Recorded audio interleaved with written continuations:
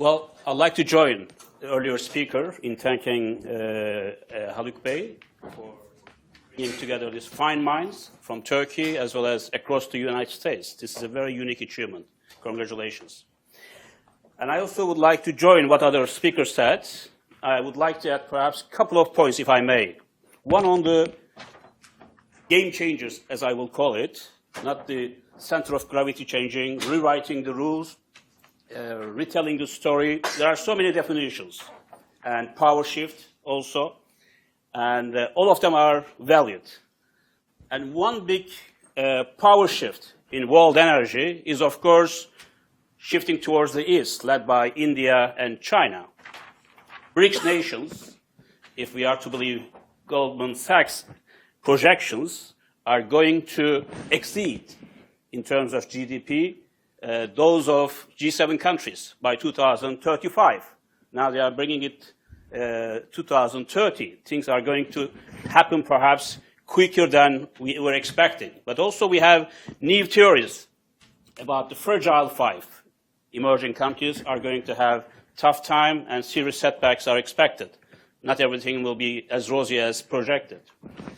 The other, I think, key power shift is related also to this discussion is in technology. This morning we heard a lot about technology, innovation, inventor versus implementer. And again, the West will be losing its competitive edge in terms of technology, innovation, and R&D.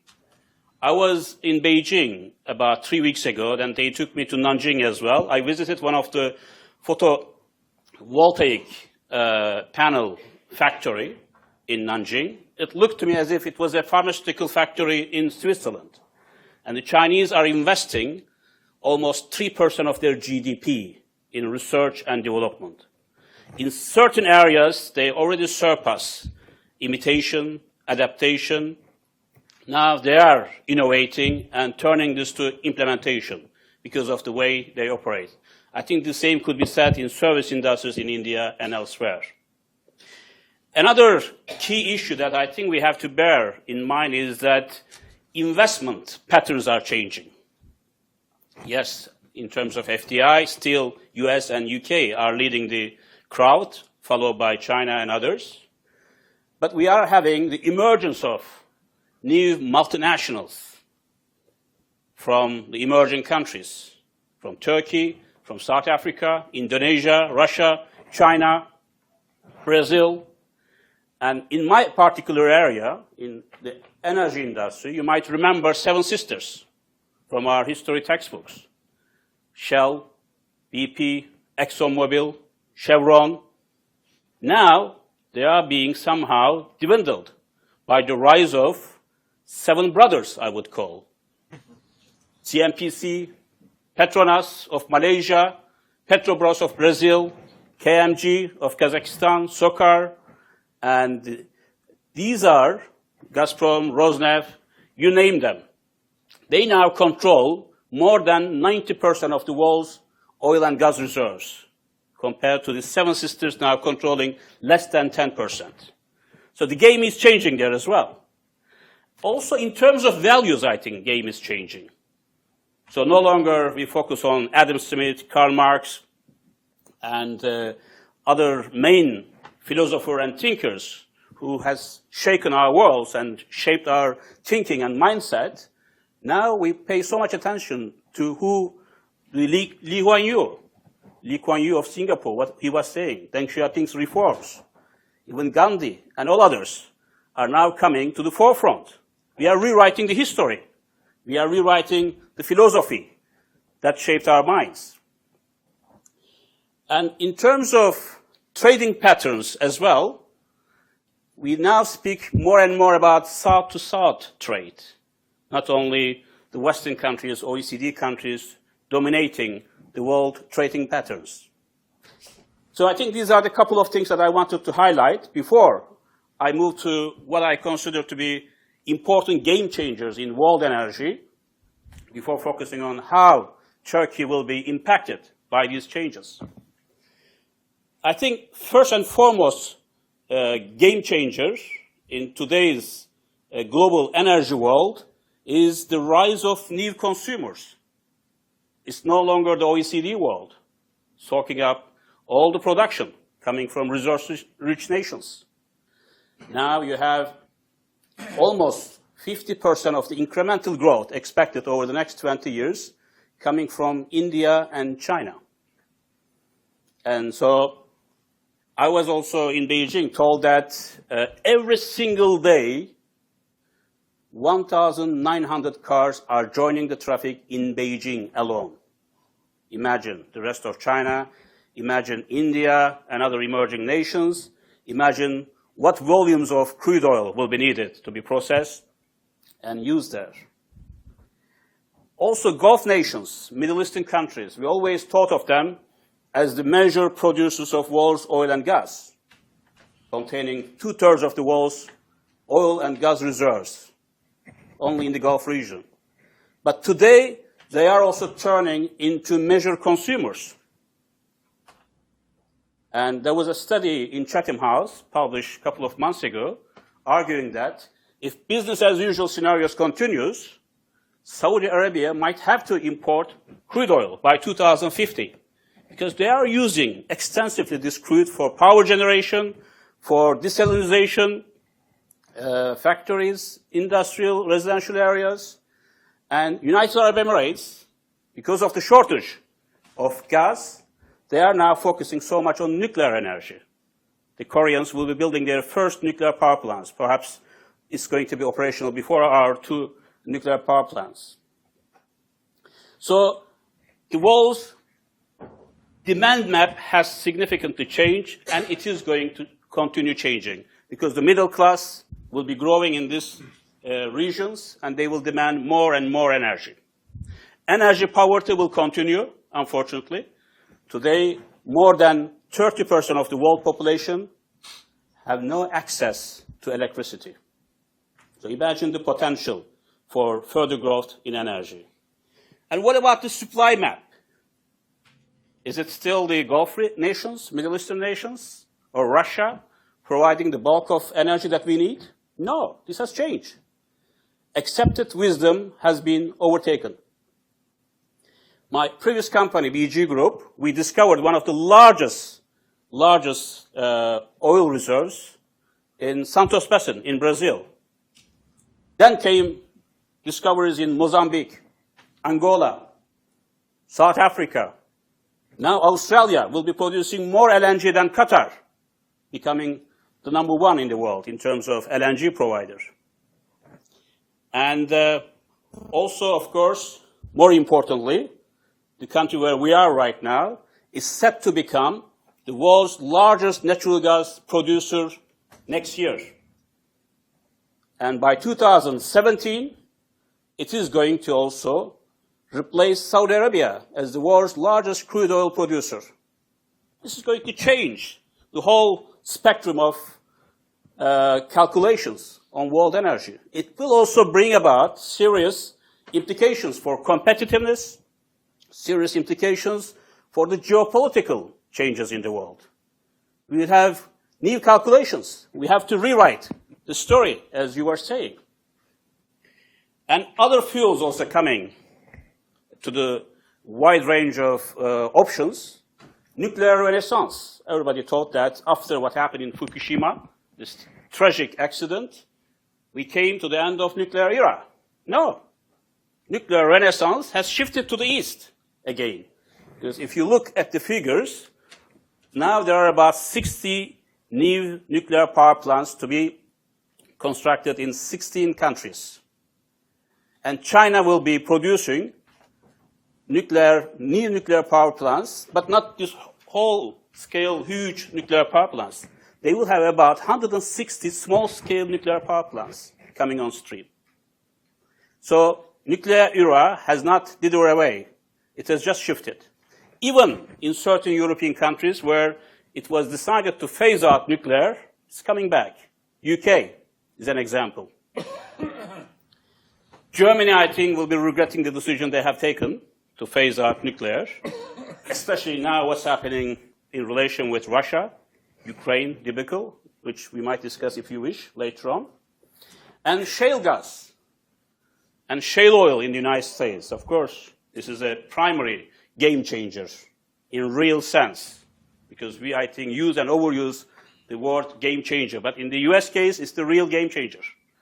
Shale gas will bring huge added value to the United States. It's already doing so. In terms of competitiveness, it costs about $3.5 per MBTU, the gas price here in the US. In Europe, it's about $12, $13. In Asia Pacific, especially in Japan, it's about $16, $17. So energy costs 3 times more in Europe. As a result, we have now relocation of especially energy-intensive industries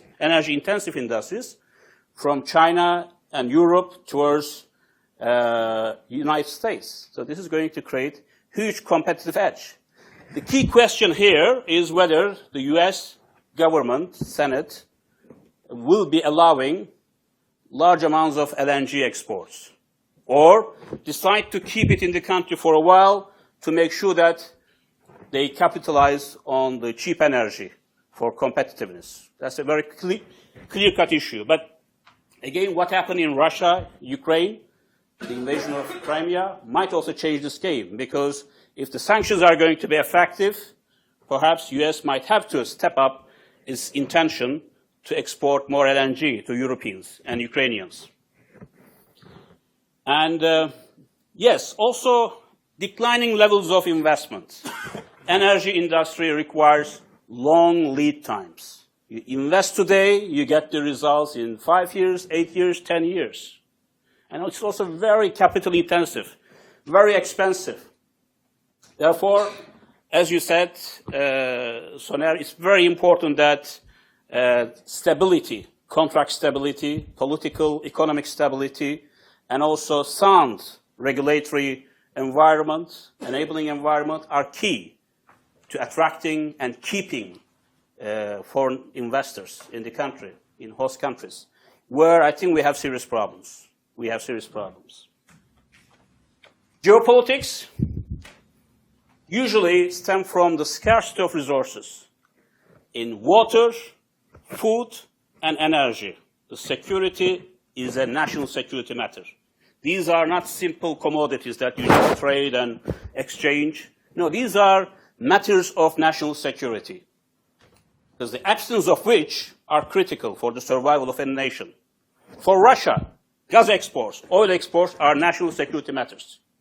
That's the reason why they want to use it as an instrument of their foreign policy and security policy. This is not to justify what they do, but because almost 70% of the Russian revenues, state revenues, come from the export of these vital commodities. And that's one of the reasons also why Russians are trying to block Southern Energy Corridor, Trans-Caspian gas pipeline coming from Turkmenistan. They don't want to have any additional competitors, because they are already competing now with US shale gas, and they are also competing now with North Africans, with East Mediterranean. If the gas comes out in East Mediterranean, in Leviathan and Tamar in east of Israeli coast, this is going to change the game as well, in a small way. It's not a big game changer. Then KRG, Kurdish Regional Government region of Iraq.